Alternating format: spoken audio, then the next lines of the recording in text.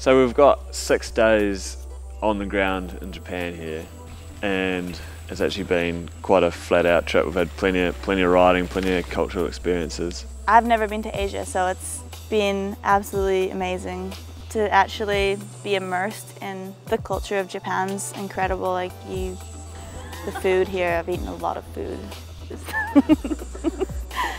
I've been to the snow in Japan many times before for ski photography. And I was chatting to my friends in the tourism board, and they were all getting really excited about the mountain bike scene that was slowly developing, and decided that, yeah, we can make it work and we should come back and do a trip. Well, Japan is like well known for skiing, but imagine all the snow's gone. What's left? Mountains. That's where the trails are at.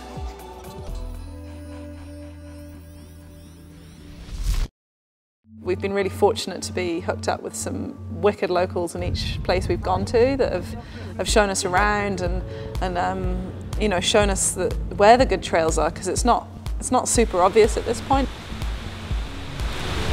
That one's really rainforesty, doesn't it? Yeah, what's it in New Zealand?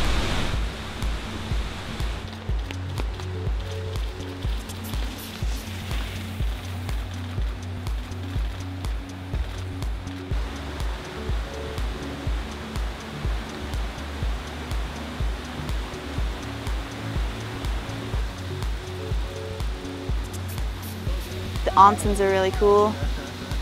There's just, underneath us right now is just boiling water everywhere.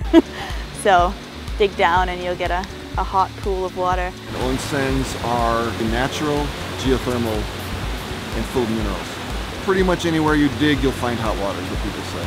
There's just so much geothermal activity going on everywhere, so many volcanoes, but there's always hot water coming up somewhere. I think the 3rd day we were here in Japan, we went to a place called Trail Cutter, which was a 3-hour drive from where we were staying. We had the amazing opportunity to visit these trails built by one very dedicated mountain biker, Natori-san, and they're called Trail Cutter, it's his business. So he's painstakingly built by hand with a group of local shredders these incredibly long and amazing trails. He knows about taking care of the forest, and he has these rules like if it rains, it's over, we don't ride. If you skid, you're out. No sliding and stuff like that. He gets really angry. But it made actually a good thing, because now he's starting to get some publicity. By far, he's the most successful guy in Japan doing this, I would say. We're gonna go ride a 6,000 vertical foot mountain in Japan, in the Alps of Japan. Didn't know there are Alps here, but there are, so.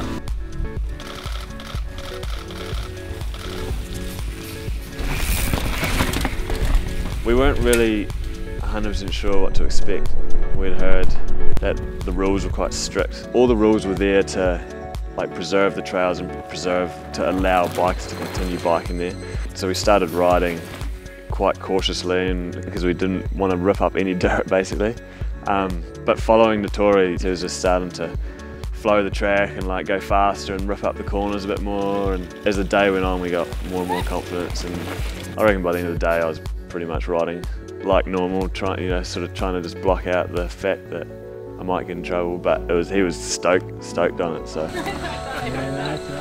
Front dogs.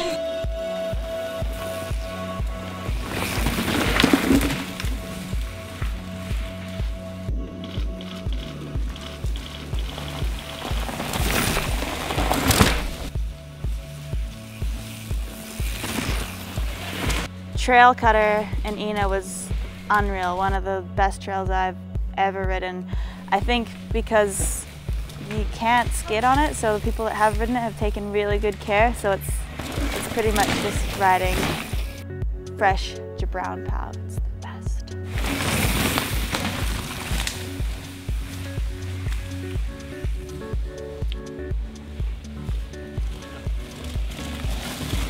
I don't even know how it would have been formed, but there's heaps of places where you could have so many different lines. Heaps of natural doubles if you sort of got the flow and knew where you're going. And as Casey would say, there's lots of Brown Pow. Brown Pow. Oh yeah. Thank you. ありがとう.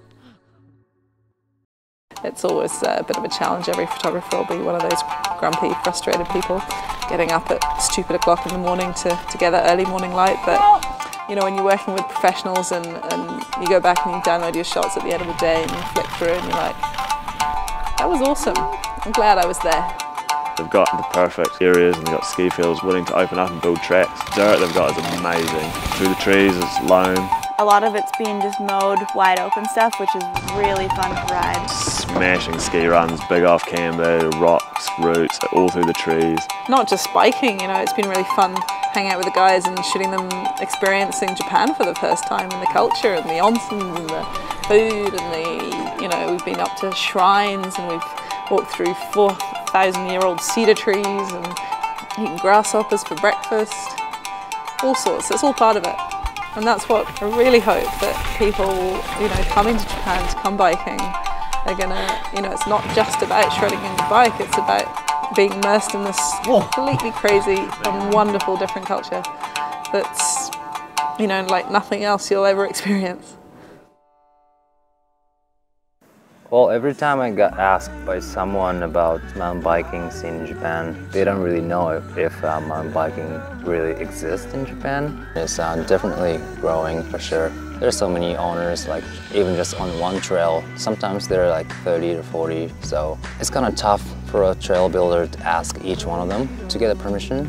So what all the volunteering groups do is that picking up garbages on the trail, tell them what kind of people they are and what kind of task they want to do to make the community better. It's definitely a culture that's really good at keeping their ways and doing things the right way and making sure that any change that they make is deliberate and not going to destroy part of their land. So I think that's really amazing. You know, they're seeing such an increase in visitors and they're really keen to try and get this going in the summer, in the green season. So I sort of compare it a little bit to when the skiing was, you know, it was a little bit iffy and whether you could go in the trees or whether it was allowed, and sort of I see similarities and a bit of an unknown, bit of a grey area around the biking. But I think as things start to open up, they'll realise that it's actually, you know, we're not hurting the mountains and it's going to be profitable for getting tourists here, well, getting Western bikers here in the summer, you know. Everyone knows of Japan in winter with epic skiing and powder, and I don't see why in summer that it can't be big, because they've got all the ski hills that are just waiting there.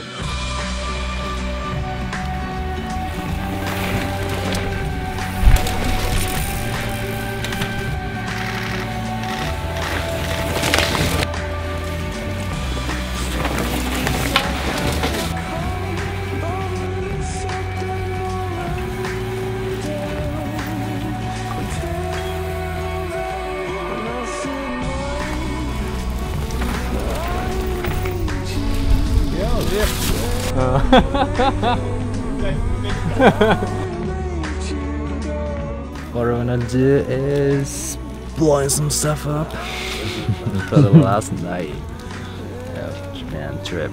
Let's just have fun.